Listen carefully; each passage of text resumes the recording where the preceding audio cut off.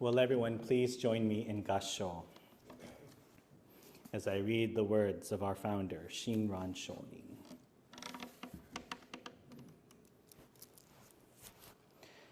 Clearly, we know, then, that the Nembutsu is not a self-power practice performed by foolish beings or sages. It is therefore called the practice of not directing virtue on the part of beings. Namo Amida Butsu. Namo Amida Butsu. Namo Amida Butsu. Namandas, namandas. Good morning, everyone. Well, first, I would really like to give a shout out to the members who are here today who took part in yesterday's June seminar. I understand everyone has a really busy schedule and you were all probably out doing your own things and had to attend to various different events, and that is totally fine, but I gotta tell you all, man, it was a wonderful discussion, wonderful presenting, wonderful panelists. They gave some really insightful answers, and I am very certain that when we did the breakout discussions, everyone had some very meaningful and deep conversations with each other. So this should definitely inspire many of us, hopefully next year when we have our June seminar to come back and take part in it. And I gotta tell you, not to toot my own horn, but the barbecue came out pretty good too. I'm just playing with you all, but it was a really wonderful seminar, and anyone who's here who went yesterday can tell you that. It's very important, I think, that we hold space and time and our listening ears for our younger members of the temple. Because in truth, they are our future, and they will, in a sense, take up the responsibility eventually of leading this temple into the future as well. So it's very important that we listen to their experiences, to their insights, and maybe their ideas about what we could do better, or what we could change, or how we can direct this temple into the future. So with that aside, I'd like to now get into my Dharma talk. So once again, I'd like to review a little bit about what makes Jodo Shinshu Jodo Shinshu. What makes our sect of Buddhism unique from other sects of Buddhism? I will preface this talk with, this is not to put down any other school of Buddhism. All schools of Buddhism are wonderful. I think all traditions and practices and thoughts and teachers have wonderful merit, and I think that they are they offer some great insight to all of our lives. In fact, one of my favorite books and sadly I didn't read it until after he passed away, but was Thich Nhat Hanh's book called No Fear, No Death, or No Death, No Fear. And he wrote some beautiful sayings in that book about the fear of dying, right? The fear of passing away that we all have. But Thich Nhat Hanh was not a Jodo Shinshu priest. Then, of course, we have the Dalai Lama, right? Everyone loves the Dalai Lama. They recognize his face. You go into any bookstore and go into the section on Buddhism, you'll probably see the Dalai Lama's face smiling back at you. And he has some very, very kind sayings, very open-hearted statements, and he's also he kind of has this little joking side to him as well. But then when a person who visits us, who kind of wonders what Jodo Shinshu was all about, right? When they come to visit us and ask us, well, what makes your Buddhism different from the rest? I would say that it's definitely the chanting that we do, right? Not just the chanting, but particularly the Nembutsu that we say. We place our hands together in Gassho and say Namo Amida Butsu. Now, I should say that we are not the only sect of Buddhism that chants Namo Amida Butsu. We each say Namo Amida Butsu. Places like Higashi and Jodoshu, they'll say Namu Amida Butsu. And when you go to China or Taiwan, they'll say Ami Tuofu or Namo Ami Tuofu. Okay, there's many ways to say it, which means that Amida Buddha is respected by many, many Buddhist schools. But as I stated in the passages at the very beginning, right, what makes us a little bit different than the rest? One of the aspects, of course, is our philosophy or our teachings.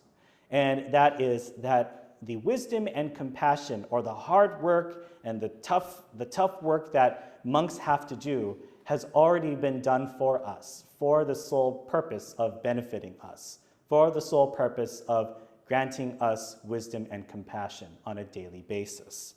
So the wisdom and compassion is directed to us rather than us having to do all this hard work of doing countless hours of meditation or countless hours of copying sutras down, right? All of this has been done for us, and all we really need to do is come to the temple or go in front of your obutsudan or simply just find a nice quiet place to sit, place your hands together and say Namo Amida Butsu.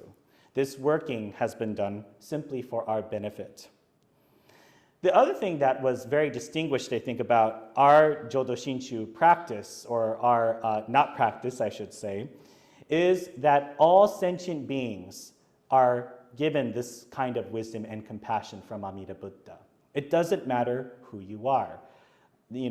Sadly, we as humans definitely marginalize and calculate, and we say that there is a difference between me and you. We have this human calculation. We are burdened with this karma. We are burdened with this sense of, myself is better than yourself. But because of this karma and because of this burden, Amida Buddha freely gives us this wisdom and compassion, okay? Freely gives us this wisdom and compassion. Therefore, it is called the practice of not directing virtue on the part of us, on the part of beings. All we need to do is say Namo Amida Butsu. And once we truly, truly can accept that, or can really, in a sense, not wrap our heads around it, but feel it, I should say, then this sense of gratitude comes into play. Then this sense of togetherness and love comes out, I believe. I think this is something that we need to hear from time to time, because it's easy to get caught up in ourselves.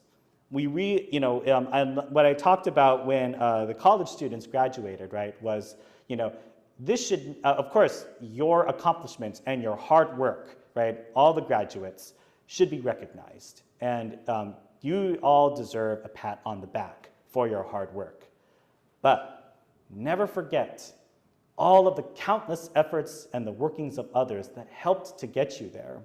It's very easy for us to kind of become sucked into ourselves and think to myself, ooh, look, like when we wear the cap and gown, or even when I'm up here wearing the robes, ooh, look at all the hard work I did. I deserve to wear this robe. I deserve to wear this, cool sash. I deserve to, stand up here and talk to you all, right?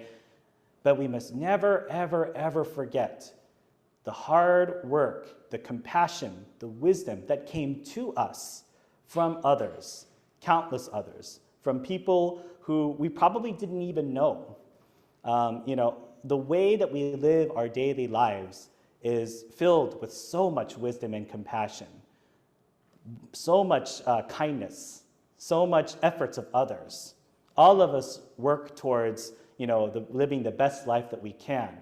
And it's so easy to forget those who work and who give themselves to us freely, in a sense. Yes, it's true. We live in a society where it's required to have a job. You're required to pay money in order to get groceries, right? Those kinds of things. But again, right, we also have to recognize the interdependence and the working of wisdom and compassion that continues to benefit ourselves to this very day. This is why I had to, I love to remind our college students that your hard work is commendable and it's wonderful, because again, I don't want to take that away, but it's also important for them to remember who helped them get them there, who helped us get where we are today. How much privilege we have that we can come to this temple and listen to the Dharma. And even, I did a memorial service yesterday. Even in that time, right, I did a memorial service for a person I hadn't met. And yet because of that person's efforts and dedication to the temple, am I able to stand here today? It's not just one person, of course, but many people. This is why we have the names for Eitaikyo. This is why we do memorial services. Not just out of filial piety, right? Not just because, okay, mom tells me to do it. We come to these services in a sense to really deepen our gratitude for the countless causes and conditions to which, that brought us here today. And the source of all this cause, the source of all these causes and conditions comes from the wisdom and compassion of Amida Buddha, which is, in a sense to say, the working of the Dharma. This Dharma working continuously keeps on turning and turning and turning.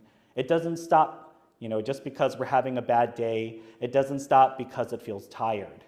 This is something I think that we really definitely should remind ourselves from time to time to appreciate and to really realize that it's for our benefit alone.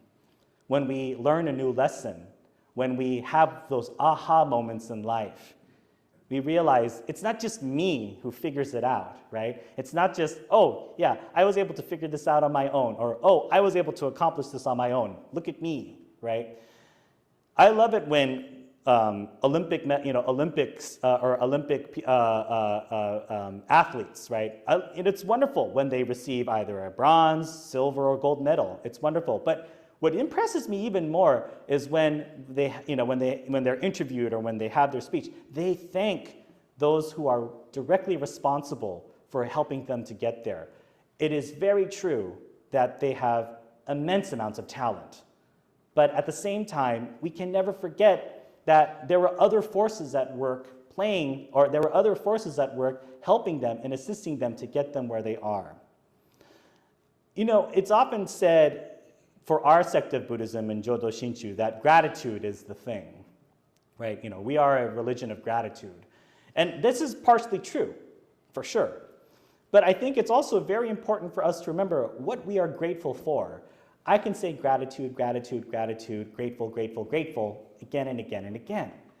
But if we don't realize what we're grateful for in the first place, then what use is gratitude, right? It's very important for us to really think and remember about the forces that are at work that help us live our lives to this very day.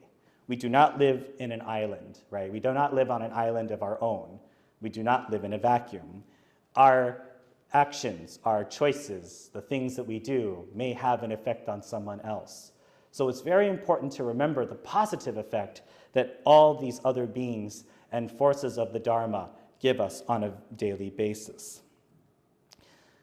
I was so grateful to listen to the panelists yesterday, for they talked about their influences. They talked about what keeps them coming to temple. They talked about what they appreciate. They talked about what they would change. They talked about how things could be better. They talk about how things should, things that should stay the same or things that should stay constant. There was so much insight into this lecture yesterday. And I can only feel deeply grateful that because of them as well, I can still continue to serve the Tacoma Buddhist Temple. I can still continue to serve our head temple of Nishi Honganji. I am still able to receive the teachings of Shinran Shonin, our founder, and the wisdom and compassion from Amida Buddha. I am able to share this with all of you. We are all able to share this with each other. We are all, in the eyes of Amida Buddha, those who must have his wisdom and compassion.